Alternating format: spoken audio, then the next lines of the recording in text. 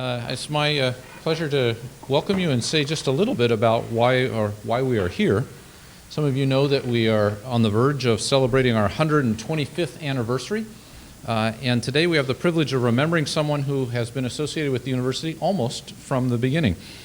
Specifically, we have a moment to pause and remember Professor C. May Marston, who is apparently known in her own lifetime as the Legend. She was born in 1877. She attended high school in Alexander Hall, which was then known as the Seattle Seminary, and she graduated in 1898, which was 7 years after its founding. So you can see how she was here almost from the very beginning. She earned her bachelor's degree from our sister school in Greenville College in Illinois and her master's degree from the University of Washington. And she first joined the faculty at the then newly christened Seattle Pacific College in 1902, teaching Latin, Greek, English, French, and German for 56 years.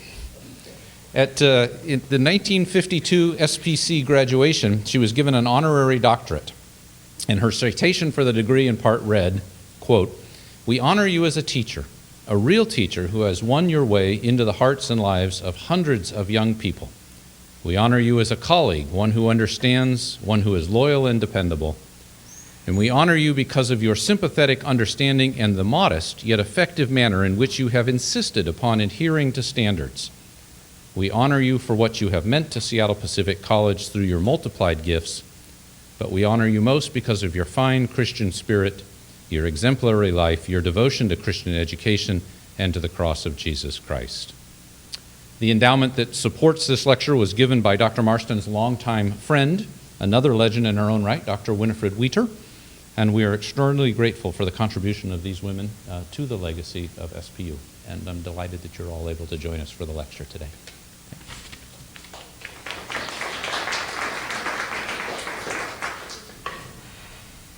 Good afternoon. It's my pleasure to introduce Professor Ewald and the lecture that we're going to hear this afternoon.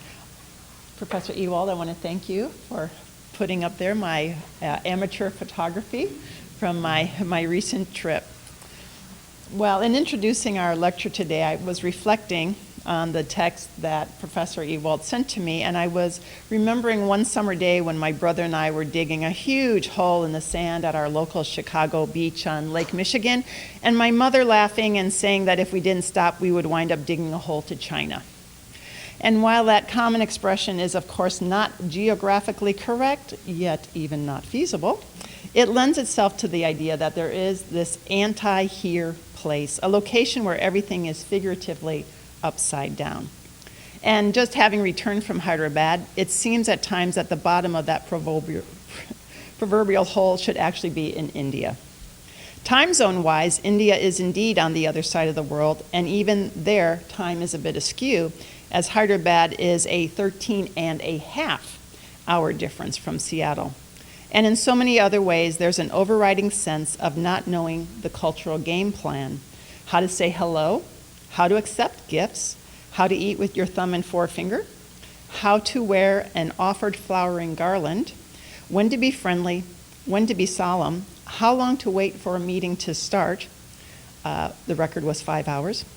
And something so seemingly inconsequential as how often to say yes when offered a cup of tea. And while Indians are gracious and giving, sometimes even beyond their means, our Western conventions do not prepare us for the exhaustion of attempting to cross its cultural bridges in a sensitive and respectful manner. So to paraphrase Tertullian, what does Hyderabad have to do with Seattle? How did India, Persia, Athens, and Rome interact and influence each other, and were there lasting cultural contributions? Or as the ancients suggest, was there an impenetrable ivory wall between India and the other classical civilizations that continues in some form to this day? The vastness of such questions truly takes a Renaissance person to address, and fortunately, we have Professor Owen Ewald. Since 2005, Dr. Ewald has been the C. May Marston Professor of Classics here at SPU.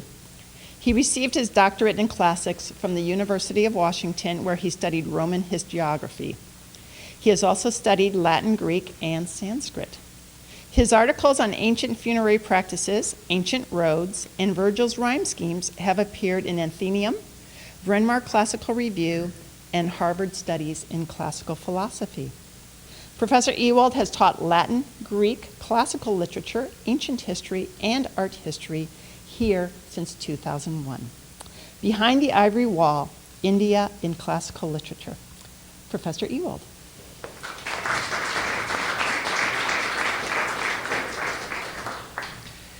Thank you, Margaret and Jeff, for the introduction, for the ongoing sponsorship of this lecture from the Center for Scholarship and Faculty Development. Thanks to my colleagues from the Department of Languages, Cultures, and Linguistics for their ongoing support. Thanks also to President Martin and to Dean Sequeira, and thanks to all who have come to hear me speak. It's my prayer that this lecture will honor C. Mae Marston and for all her years of service, and for her legacy that will continue in the centuries to come. The subject of this talk is the interactions between the Greco-Roman world and India. I've been interested in this topic for about a quarter century, since I took language classes in Greek, Latin, and Sanskrit in the same academic term. I don't necessarily recommend that, but it did stimulate a lot of thinking. In particular, I saw how these languages were related, branches of the Indo-European tree. And I wondered how the speakers of these languages viewed or interacted with one another, even as I kept running into contemporary speakers of Marathi, Gujarati, and Hindi, languages related to and descended from Sanskrit. And not necessarily in Sanskrit class either.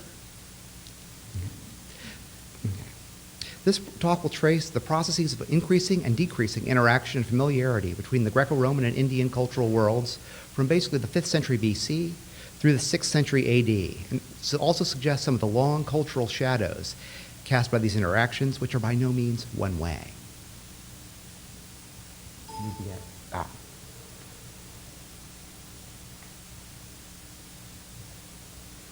At first, Greeks knew about India mainly through the Persian Empire. Greece was at the western edge of the Persian Empire, in other words, to the left of this slide, okay? And India was at the eastern edge, or to the right, and something like 18 satrapies or provinces were in between them. Herodotus, writing about 440 BC, explains India very briefly in his historical account to explain why the Persians, one of the world's largest empires, decided to attack the Greeks in 490 and 480 BC. But Herodotus spends the first 2/3 of his work describing the various parts of the Persian Empire and their histories. He explains the Persian taste for extracting resources for luxury in one passage by describing how the Persians obtained gold from an arid part of India, the desert near the Indus River. In the sandy desert are ants, not as big as dogs, but bigger than foxes. The Persian king has some of these, which have been caught there. These ants live underground, digging out the sand, in the same way as the ants in Greece, to which they are very similar in shape. And the sand, which they carry from the holes, is full of gold. This description might seem like the wacky product of a brain feverish with the desire to tell exotic stories. The later Greek admiral Nearchus, who sailed to India, repeats the story, but avows that he has never seen these ants. Nevertheless, an Indian epic, the Mahabharata, about which I will talk later, uses the term ant gold, which this term indicates that the legend is actually from India, even though Herodotus retells it. But the legend is zoologically false. Recent biologists have actually discovered in this area large marmots burrowing into the gold-bearing soil and digging out flecks of gold. But the overall point remains. The animals are actually doing the hard work so that humans can swoop in to extract the valuable dust for luxurious living. Herodotus further comments, quote, "The most outlying nations of the world have somehow drawn the finest things as their lot, exactly as Greece has drawn the possession of far the best seasons," end quote. From our perspective, this may seem odd. Greece has experienced more than one drought, with heavy forest fires in recent memory, but perhaps compared to the Gedrosian desert or the Arabian desert that Herodotus describes in the next chapter, Greece seems pretty lush.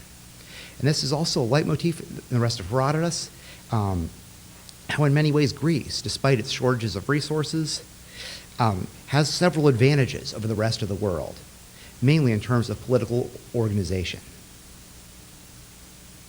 But after Herodotus writes in 440 BC, the Greek city-states are too caught up in their own troubles, such as the Peloponnesian War, to think much about India. Anything exotic and Eastern can be safely located in the intervening satrapies of Persia. Okay, but the Greek king Alexander the Great defeats Persia around 330 BC and charges onward to defeat the next ruler in order, a king named Porus, based around the Indus River. He ruled part of what's now Pakistan. In 326, Alexander the Great turns back toward Greece rather than face a mutiny of his own troops. Also, he's reluctant to come into conflict against rulers in the rest of the Indian subcontinent, notably Chandragupta Maurya, who has an army of 100,000 soldiers and thousands of war elephants, just waiting for Alexander to cross into his territory.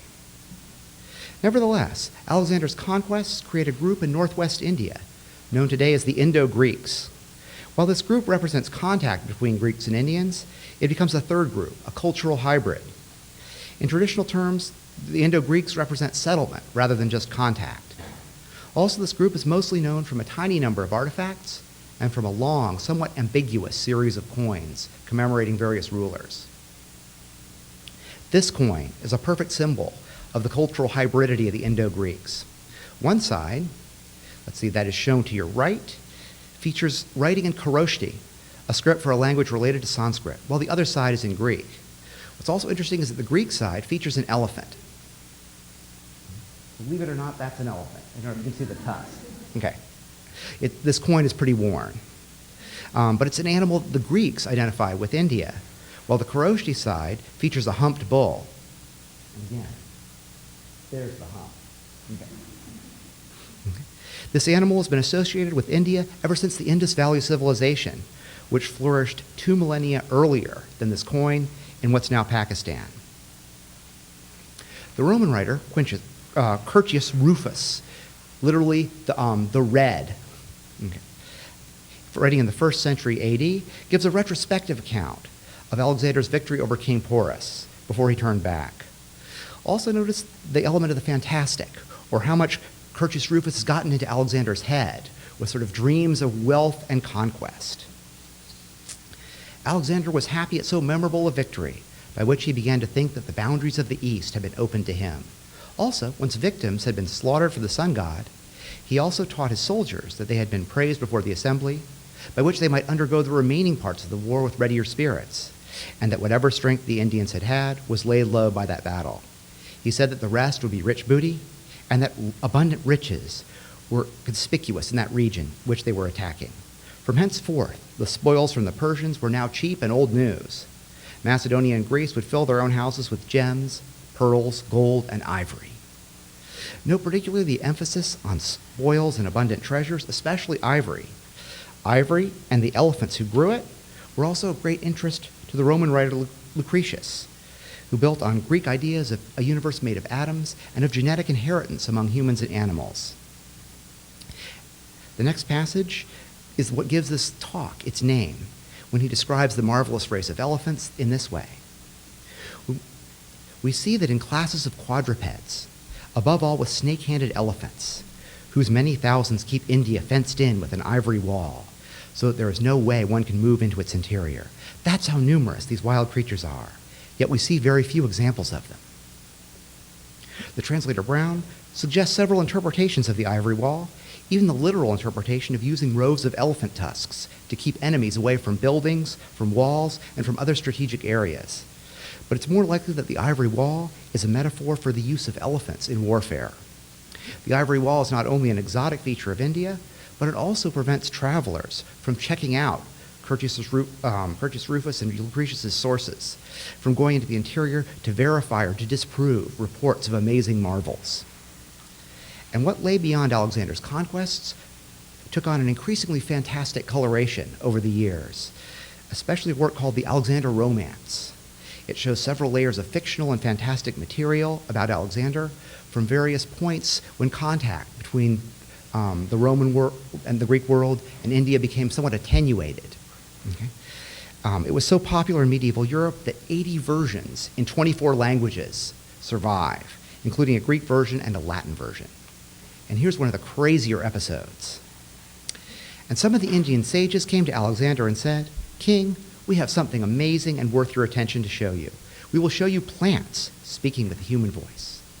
So they brought Alexander to where a shrine of the sun and the moon was. There was an enclosure to protect them, and 2 trees like cypresses. Encircling them were trees like the myrobalanus of Egypt, that is, a tree that provides myrrh. Their fruit, too. The two trees in the middle of the garden spoke, one in a male voice, the other in a female. Not only that, the trees prophesy Alexander's death at the hands of his own people in Babylon, in a long tradition, I'd say, of talking objects, talking animals, that are often prophetic. The whole plot of the Alexander romance is that the most powerful human who ever lived was subject to death, disease, and treachery, just like the rest of us mortals. Even though he got to experience things that are well beyond our experience, such as hearing talking trees, or in another episode, he walks on the seafloor under a glass diving bell. But for accounts that do more than use India as a setting for fantasy or for science fiction, we need to look at the 1st and 2nd centuries AD, when trade between the Greco-Roman world and India flourished. I want to show you this giant map of trade between the Greco-Roman world and India. Basically, you can see it going via the Arabian Peninsula, what's now Iraq, and also you can see it going via Egypt, up through the Nile River. One of the characteristic Roman products of the 1st through 3rd centuries AD is something called Aretine ware, a type of pottery originally made in Arezzo, Italy, but eventually made in many different places throughout the empire and in Rome's trading partners. It features thin walls, a red slip or paint, and often stamped on designs on the outside. I've actually excavated some of it, and when a piece of Aretine comes up, you recognize it instantly. It's very distinctive. I want to show you some examples from a Roman trade establishment at Arikamedu in South India. It's also known as Pondicherry, when it was a French colonial trading post, or also known to the Greeks as Poduke Emporion, that is, Paduke Market, and these are both adaptations of the Tamil name Puducherry, which means new town or new city. One of the fragments to the lower right of the photo is actually a local imitation of the Aretine style. So it was made in South India, but meant to recall Roman pottery from northern Italy. This site also seems to have been a center for the manufacture of muslin cloth, as the area still makes today, but pottery evidence persists a lot longer than textiles, as you can imagine. The Roman pottery also seems to have been a partial inspiration for something called rouletted ware of the 2nd century AD, and that's shown to your right. The name comes from circular designs that are carved or stamped near the center, as shown on this slide. This type of pottery is still made today by a Muslim community in India at a place called Bijnor. I also mentioned that the trade between the Roman Empire and India is very complex, with several other ethnic groups involved in side projects and in side businesses. And in no way should the Indians involved in this trade be seen as subjects of the Roman Empire or as in any way controlled by it. Evidence for this trade also comes from poems of the Sangam age, the 1st and 3rd centuries AD, written in Tamil, a language of South India, not related to Sanskrit, but part of the Dravidian language group. In different places of Puhar, the onlooker's attention was caught by the sight of the abodes of Yavanas, whose prosperity never waned. Now, the word Yavana is derived from the Greek word Ionia, basically which was the part of Greece that's what's now on the Turkish coast, basically East Greece. And it's unclear whether this refers specifically only to Greeks or to basically traders from the West who are called Yavanas because the first people they ran into were Ionian Greeks. This passage goes on, at the harbor were to be seen sailors from many lands, but to all appearances they lived as one community. The poems also mention specific commodities such as gold and pepper. Agitating the white foam of the Periyaru, which is the Indian Ocean, the beautifully built ships of the Yavanas came with gold and returned with pepper. Gold for pepper is not really a sustainable trade, since pepper can be grown while gold cannot. So other agricultural products also made the trip, such as the cool and fragrant wines brought by the Yavanas in their vessels, perhaps from the Roman wine industry in Egypt, or perhaps from Roman vineyards in either North Italy, or perhaps even in France. At this point, I want to turn to two authors of the 2nd century AD, one Greek and one Roman, Plutarch and Apuleius. Plutarch, the Greek author, includes in his biography of Alexander the Great a dialogue between Alexander and the gymnosophists, who are literally the naked philosophers. They seem to be some kind of ascetics or monks who devote their lives to wisdom. Alexander threatens them with death in the order of the quality of their answers, from worst to best. Some of his questions are like riddles, and they are answered accordingly. The fifth, being asked which in his opinion was older, day or night, replied, day, by 1 day.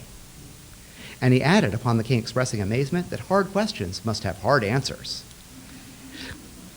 Note here the philosophical assumption that night is the absence of day, but day is not the absence of night. But the other questions are less brain teasers, and they constitute true and serious advice directed both at humanity in general and at Alexander in particular. Passing on then to the sixth, Alexander asked how a man could be most loved. If, said the philosopher, he is most powerful and yet does not inspire fear. The part about does not inspire fear may even be a rebuke to Alexander's practices, such as using death threats to start dialogues. The parallel, perhaps in more recent management theory, W. Edwards Deming in the early 80s pled with businesses to, quote, drive out fear, end quote, as a necessity for harmony between labor and management. The dialogue ends with the last gymnosophists saying that each one gave a worse answer than the one before. Thus, the last gymnosophist gives the best and worst answer simultaneously. If it's true about all the other answers, his answer is not the worst, which makes his answer false. And if his answer is false about all the other answers, his answer is the worst, which makes his answer true, and so on. This paradox is so clever that Alexander cannot decide which gymnosophist to kill first. And he agrees to let all the gymnosophists go without punishment to a single one. Some scholars consider the gymnosophists to be based on Greek Cynic philosophers who emphasized minimalism. For example, the most famous Cynic, Diogenes, saw a boy drinking with his hands and then threw away his cup because he had been carrying around useless baggage. He's also the guy who went around during the daytime with a lantern looking for an honest man. But this argument leans heavily on the quip of Alexander, quote, if I had not been Alexander, I would have been Diogenes, end quote, and the presence of a Cynic philosopher, Onesicritus, in Alexander's retinue. Onesicritus serves as an envoy from Alexander to various Indian philosophers, such as a fellow named Dondimus, who comments that Greek philosophers were too law-abiding and too submissive to authority. Other scholars wonder about the influence of Platonic dialogues in this particular scene, where Alexander is the object of philosophical refutation. Nevertheless, Platonic dialogues seem to place less emphasis on eliciting wisdom in response to open questions, and more about processes of reasoning, where a speaker, often Socrates, goes through logical or apparently logical steps to a surprising conclusion.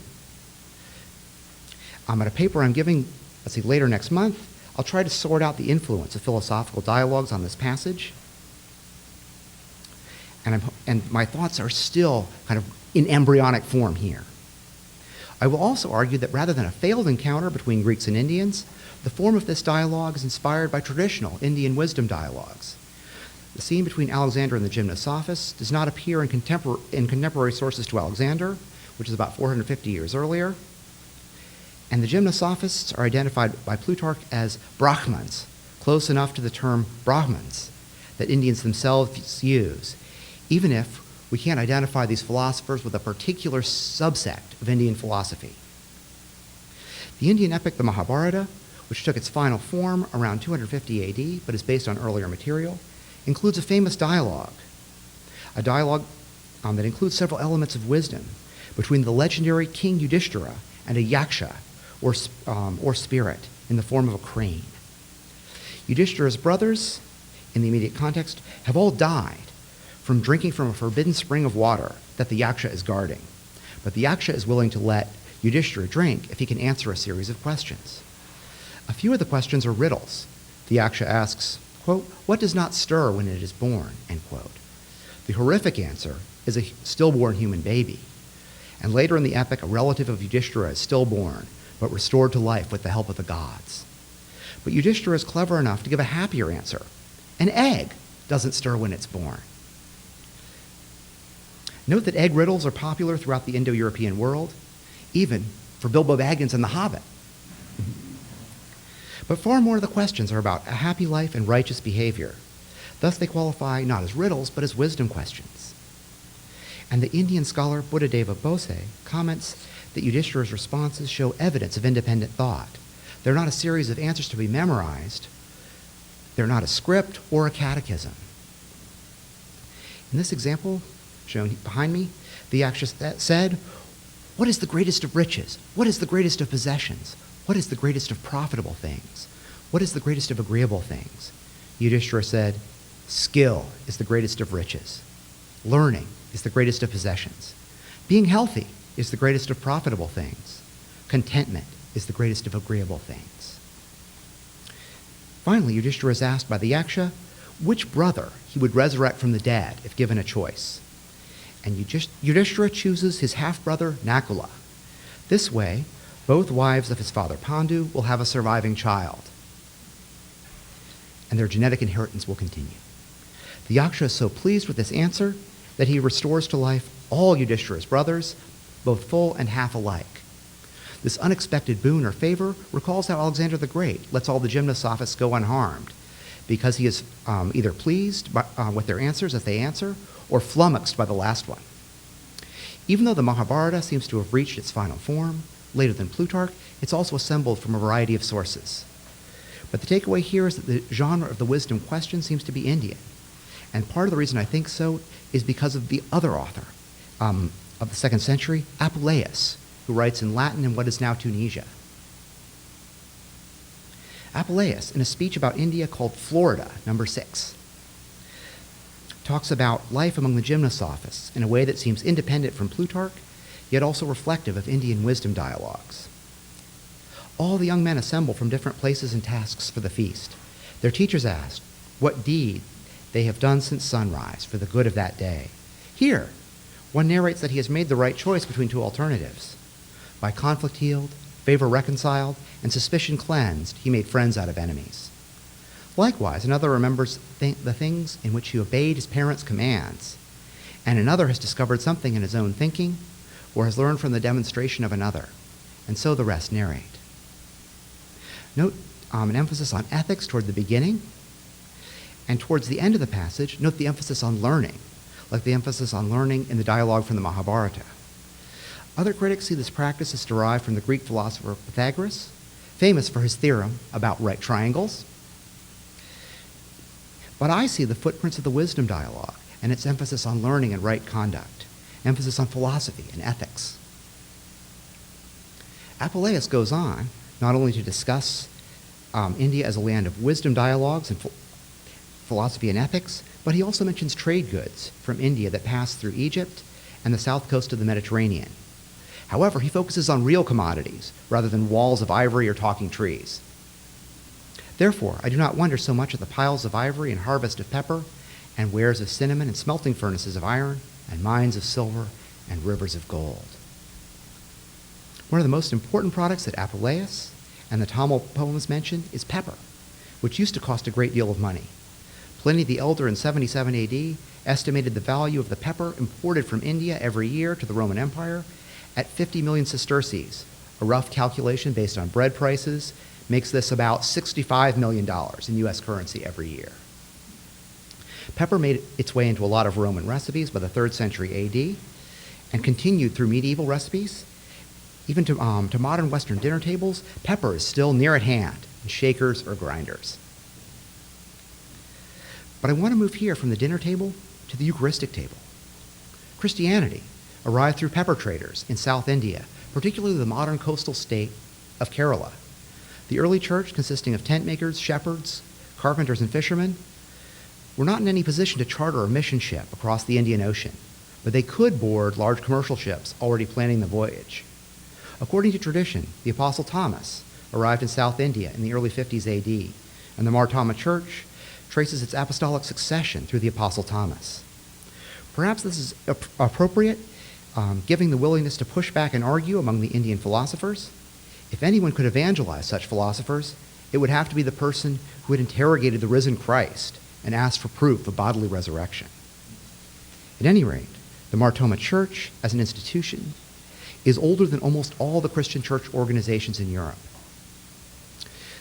I point at the left to a parish church with Roman arches and an image of the bishops of the Mar Thoma Church at an ordination. It's hard to see from this slide, but their head coverings are embroidered with Greek crosses, or that is, crosses with equal arms. So the motif of the Roman arches and the Greek crosses suggest artistic as well as theological ties. And while we can trace Christianity as radiating out from Jerusalem, from ancient Palestine, art goes in a much less predictable path, or a much, more difficult to trace path. Aside from a small number of Greek artifacts found in northern India, among the Indo-Greeks, we can almost discern that some Indian sculptures from the Gandhara movement of the 1st and 3rd centuries AD as displaying the influence of the Hellenistic art that came along with Alexander the Great. Two striking features of Greek art are contrapposto, the way a body behaves when you put your weight on one leg, and the use of catenary folds, folds of garments that hang like chains. The standing Bodhisattva of Gandhara and the Lateran Sophocles, a Hellenistic sculpture, both show these features. Catenary folds here and here. Okay. And it's harder to see, but note how both statues are keeping their weight on their right leg. Sophocles over here is extending his left leg towards the edge. Mm-hmm. And the Buddha is beginning to bend. Mm-hmm. Right, exactly. The leg's beginning to bend, as if in motion. Mm-hmm.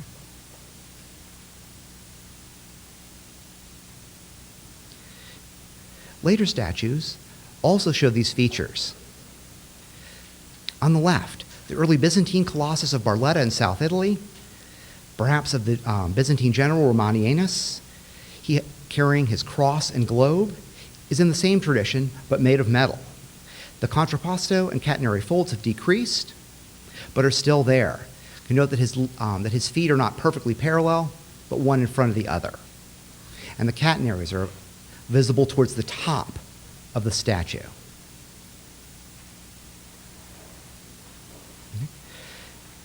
The Buddha Shakyamuni shows much more stylized folds. That is, I'd say they obey gravity less, but at least they're in the right catenary shape. And the stance is still not perfectly symmetrical, which you'll see in much earlier Indian sculptures. You see that the body has a kind of an S curve to show how the weight's distributed. As far as we can tell, these features also graced the greater Buddha at Bamiyan, way over on your right, before the Taliban blew it to pieces with rocket-propelled grenades. Okay. A little bit of contrapposto over here, so that the feet are not perfectly parallel, and catenary folds up here. Restoration efforts have begun to get underway, but it will take a long time to put this sculpture back as it was. But I also want to say that the traffic in artistic techniques does not go in one direction. From the east to the west came rounder, more stylized proportions, as well as techniques for carving in ivory.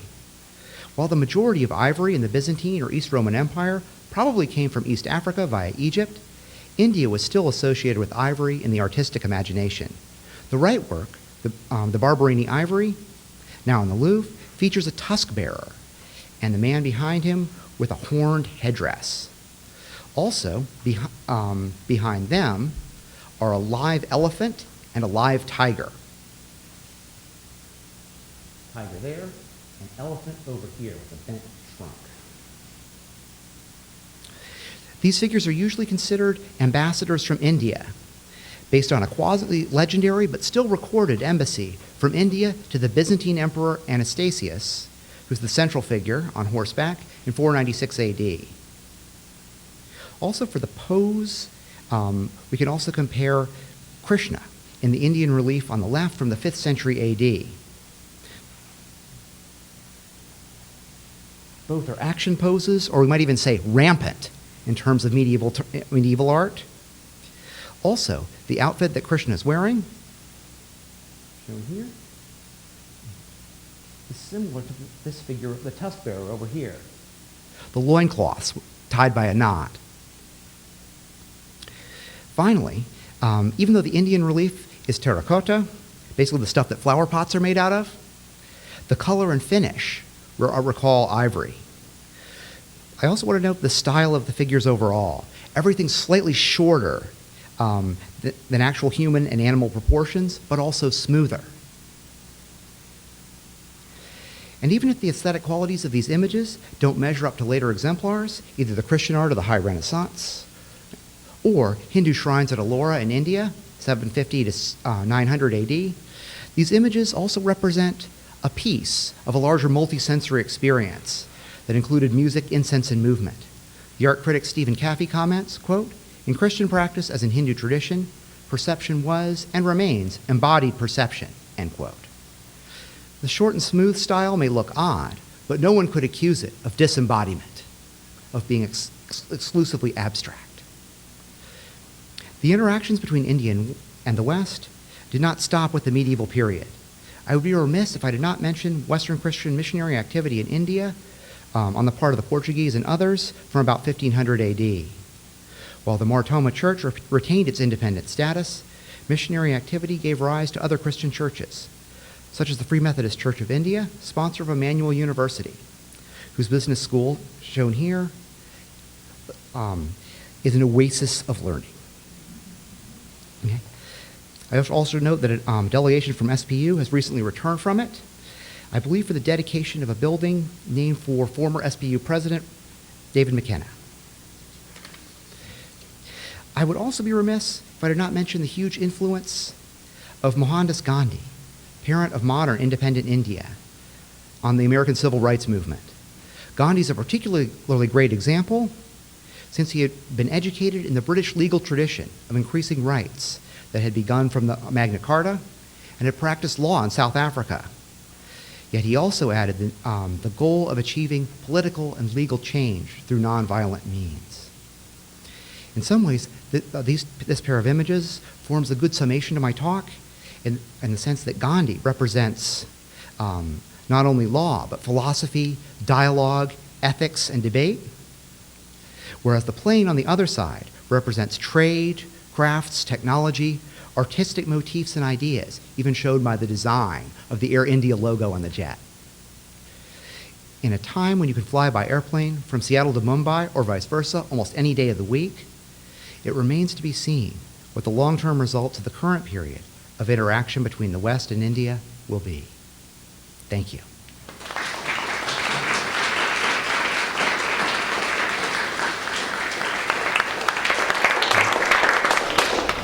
Pastor, you have about 10 minutes to entertain some questions. I will let you call on the audience. I'm intrigued by the gymnosophists. We have the sophists in the Greek tradition and the Asianists and the Attics and so forth. Do you think that maybe the Asianist tradition associated with the sophists is really more of a Greek, an Indian influence, perhaps, and a Persian influence? No, I had not thought about that, but I wonder even. I'd say not so much the rhetorical style, which tended to be much longer and more florid, if you like, but perhaps some of the ideas or some of the possible alternate cosmological models influenced the Asiatic tradition. Notably, perhaps, I believe it's Anaximenes, thinking about fiery wheels in the sky, which perhaps recalls wheels of Indra from India.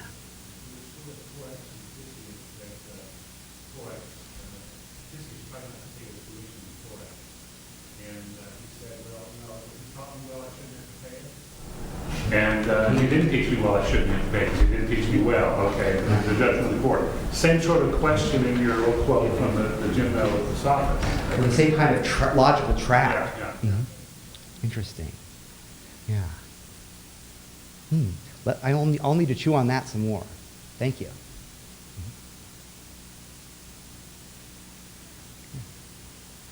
Dr. Seiling. This is a academical question. Do we know the natural western extent of the range of the Asian elephant? And were those combat elephants brought there, or were they native to the area? We think that the western range of the Asian elephant was longer than it is now, and there were also various barn systems, or so that the elephants could be either marched or sometimes even transported by river to elephant barns in various parts of either not only the Ptolemaic Empire but also, I believe, the Mauryan Empire.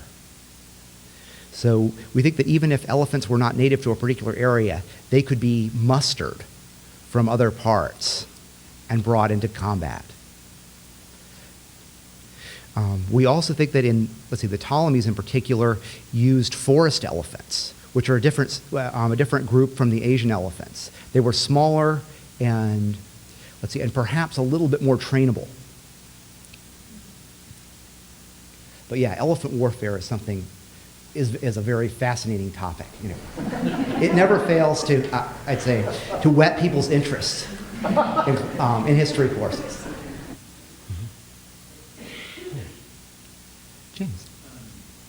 I'm familiar with Socratic dialogues, but I haven't before this heard of Indian wisdom dialogues. Could you expand on a little bit on what those are, and a little more on the influence of Greek and Roman philosophy? Okay.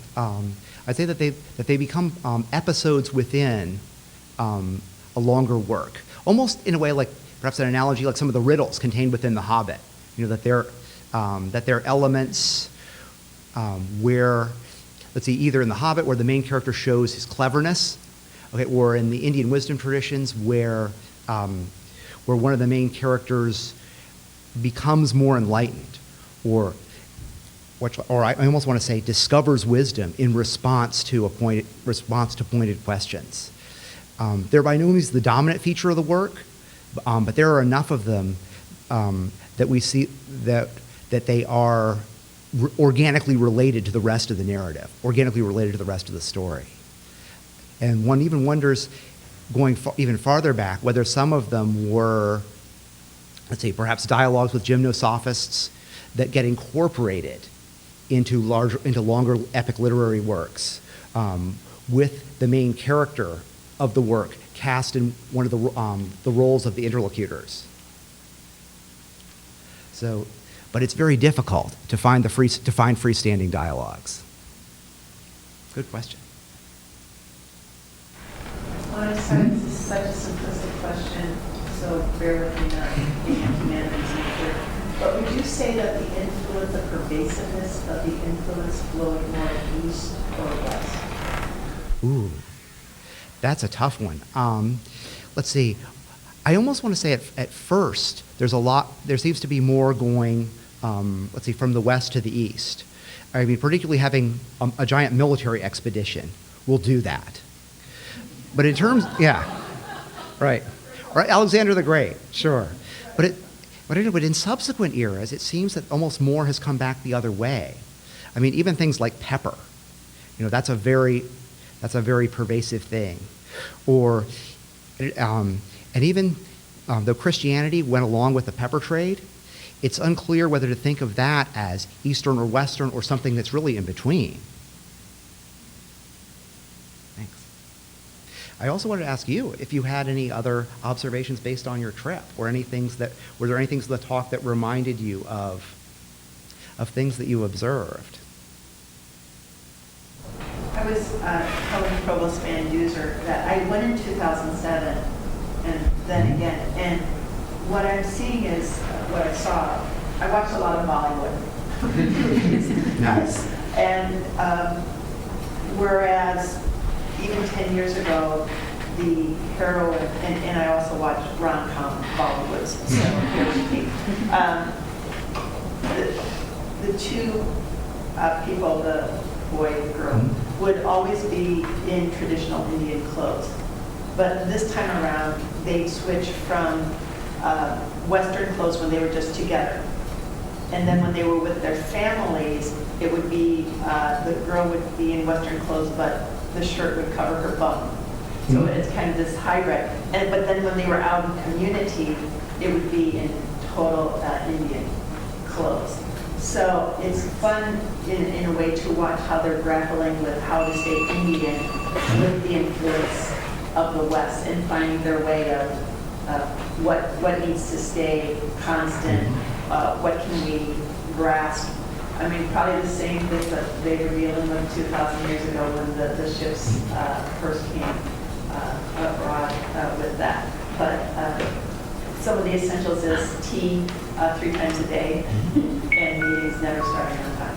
This stays essential, so it's good. And the reason meetings don't start on time or end is because they are so, in part, personable.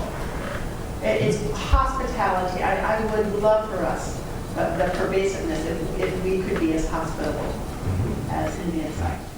Or I'll even say other parts of the Mahabharata feature various violations of hospitality on the part of the villains that are then punished later on in the epic. So, yeah. So, good.